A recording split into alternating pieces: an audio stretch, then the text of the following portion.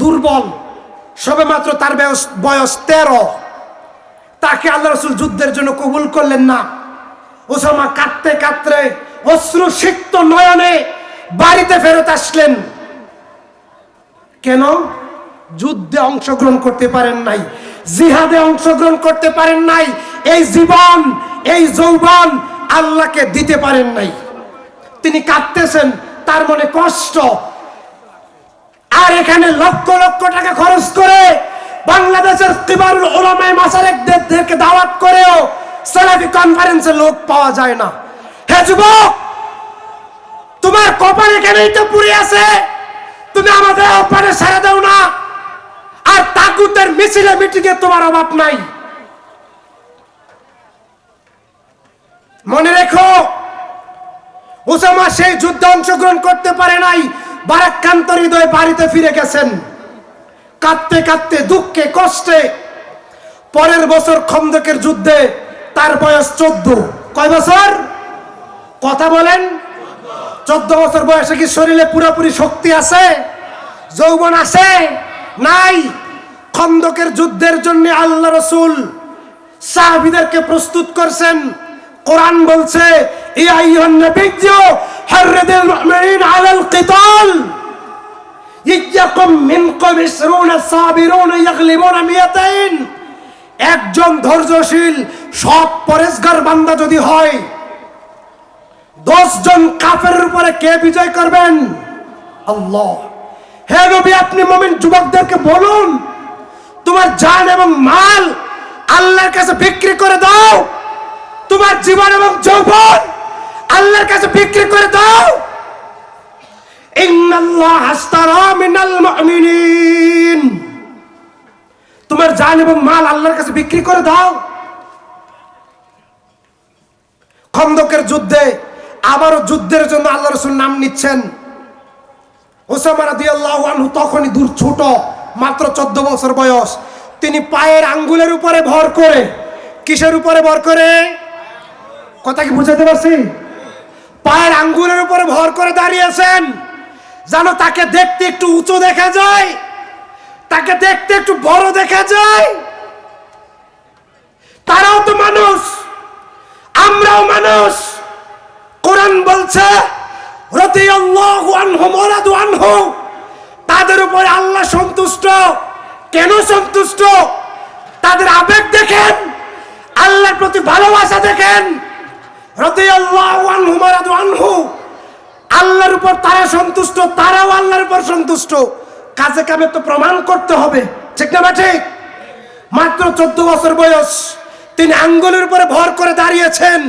তার আগ্রহ দেখে আল্লাহ রাসূল বলেছেন, ওসামা তুমি চলে আসো। ওসামাকে আল্লাহ রাসূল কবুল করে নিলেন।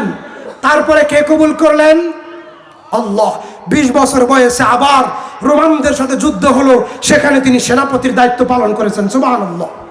রাসূল সাল্লাল্লাহু আলাইহি ওয়াসাল্লাম বলছেন, দুর্বল মুমিনের চাইতে শক্তিশালী মুমিন আল্লাহর কাছে প্রিয়।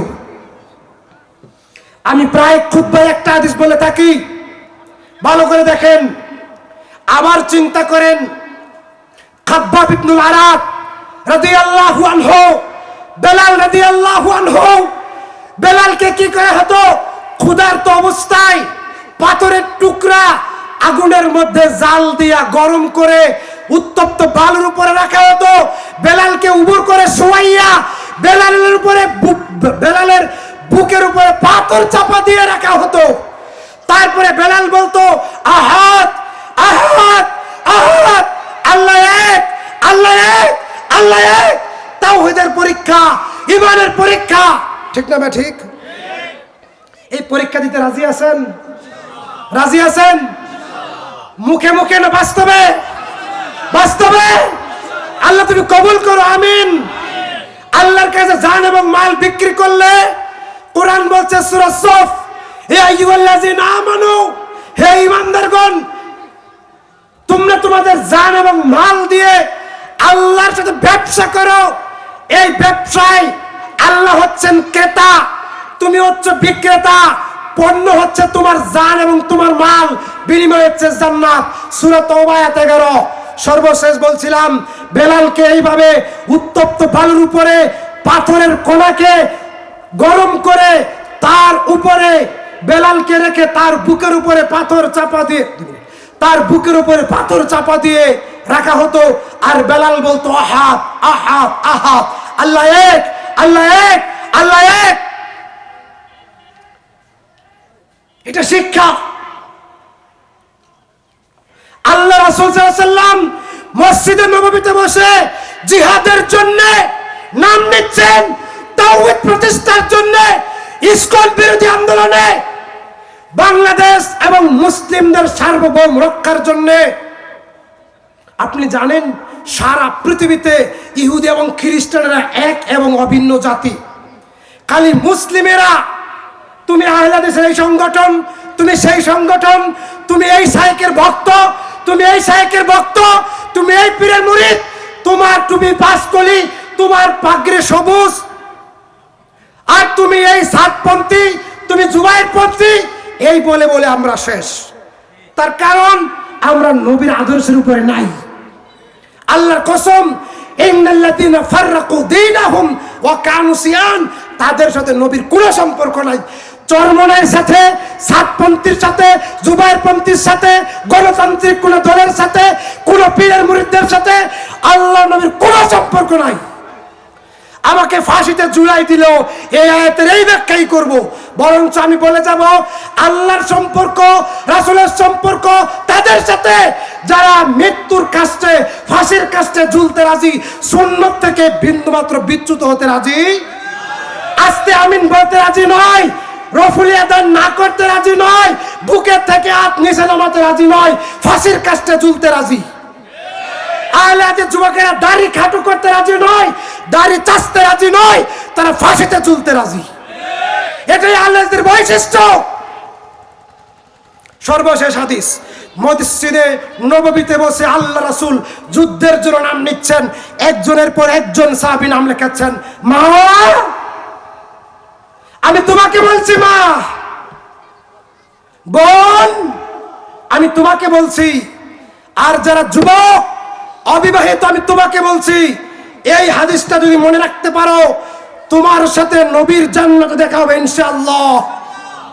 মসজিদে নববীতে বসে আল্লাহ রাসূল জিহাদের জন্য নাম নিচ্ছেন।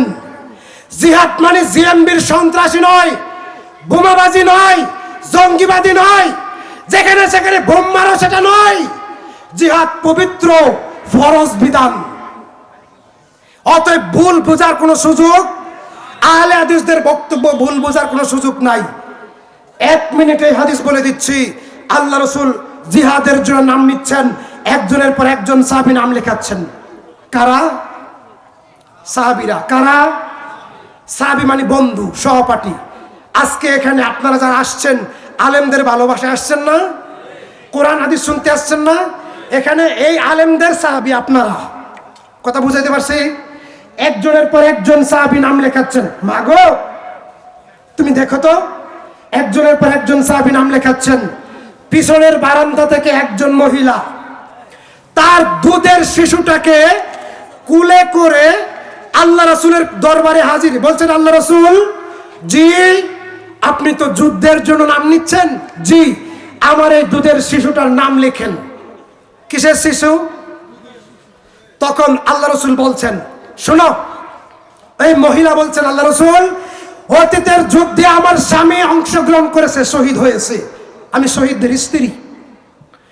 আল্লাহ রাসূল, অতীতের যুদ্ধে যুবক সন্তান ছিল, ছেলে ছিল, অংশগ্রহণ করেছে, শহীদ হয়েছে। আল্লাহ রাসূল, এই জিহাদেও আমার পরিবার থেকে কেউ না কেউ শরীক থাকুক, এটা আমি চাই। আল্লাহ রাসূল, আপনাকে দেওয়ার মতো কিচ্ছু নাই, এই দুধের শিশুটা আছে, আপনি তার নাম লেখেন, আপনি তাকে কবুল করেন। আল্লাহ রাসূল বলছেন, হে আমার মহিলা সাহাবী, এই দুধের সন্তান দিয়ে কি করব? জিহাদের ময়দানে তীর চালাতে হয়, তরবারি চালাতে হয়, ঘোড়ায় বসতে হয়, ঢাল ঘুরাতে হয়। তোমার দুধের শিশু না তীর চালাতে পারবে, না তরবারি চালাতে পারবে, না ঢাল ঘুরাতে পারবে, কি কাজে লাগবে? আল্লাহর নবী, আমার এই দুধের শিশু কিচ্ছু করতে পারবে না, কিন্তু ডাল হতেও তো পারবে। ডাল বুঝেন? ডাল বুঝেন? ডাল তো হতেও তো পারবে, ডাল তো হতেও তো পারবে। আল্লাহর নবী আপনাকে লক্ষ্য করে যখন ময়দানে কাফেররা আপনার দিকে তীর ছুঁড়ে মারবে, তরবারি ছুঁড়ে মারবে, তখন ওই তীর তরবারির আঘাত থেকে আপনার দেহ রক্ষা পাওয়ার জন্য আপনার সামনে আমার এই দুধের সন্তানকে ডাল স্বরূপ পেতে ধরবেন। ওই তীরের আঘাতে, ওই তরবারির আঘাতে আমার সন্তান টুকরো টুকরো হবে, আপনার দেহ রক্ষা পাবে, এজন্য দান করলাম। ইসলাম প্রতিষ্ঠায় এটা হতে হবে সালাফিয়াদের, সালাফ যুবকদের, সালাফি যুবকদের, আহলে হাদিস যুবকদের একই কথা, যা বলেন না কেন, এই হতে হবে আমাদের ভূমিকা। ইনশাআল্লাহ, কথা বলেন ইনশাআল্লাহ। প্রত্যেক বছর এই কনফারেন্স হোক, এটা কি আমরা চাই? আপনারা দোয়া করে, সামর্থ্য অনুযায়ী সাহায্য করে, শেষ রাতে উঠে আল্লাহর দরবারে কান্নাকাটি করে দোয়া করে, কর্তৃপক্ষ, আরফান ভাইয়ের জন্য, শায়েখদের জন্য, সবার জন্য দোয়া করি। আপনারাও দোয়া করবেন, আল্লাহ জানে সালাফি কনফারেন্স কবুল করে, আমরা বলি আমিন। আজকের এই ময়দান থেকে মিডিয়ার মাধ্যমে জানাতে চাই, সালাফিয়াতের বাংলাদেশে আহলে হাদিসদের সংগঠন একাধিক থাকতে পারে, কিন্তু আমাদের মাসলাক এক, মানহাজ এক, তরিকা এক, আকীদা এক, তাতে কোনো সন্দেহ। আমরা একজন আরেকজনের মিটিংয়ে, কনফারেন্সে উপস্থিত থাকবো তো ইনশাআল্লাহ। আল্লাহ তুমি কবুল করে, বলেন আমিন। বাংলার জমিনকে আল্লাহ তাওহীদের ঘাঁটি হিসেবে কবুল করুক, বলেন আমিন। আল্লাহ তাআলা সালাফি কনফারেন্সকে কবুল করুক, বলেন আমিন। আমি নাদান মানুষ, এই যে পাশেই দামসি আহলে হাদিস মসজিদ, আমি এই মসজিদের খতিব। আমার নাম শামসুল ইসলাম, আমার বাড়ি নরসিংদী জেলা। আপনারা অনেকেই শুনেছেন, যাকে হাদিসের কম্পিউটার বলা হতো, শেখ আব্দুর রহিম, তিনি আমার উস্তাদ ছিলেন, তিনি মারা গেছেন, আল্লাহ তাকে জান্নাত দান করুক, আমিন। পরিশেষে পিতামাতার জন্য দোয়া চাই, সকল মুসলিম ভাই বোনদের জন্য দোয়া চাই। আমি ছোট মানুষ, আমার কথায় কেউ কষ্ট পেয়ে থাকলে, কোনো ভুল হয়ে থাকে, আল্লাহ যেন মাফ করে দেন। শুভাকাঙ্ক্ষী যারা আছেন দরিয়ে দিবেন, সংশোধন করার চেষ্টা করবো ইনশাআল্লাহ। ওমা আলাইনা ইল্লাল বালাগ।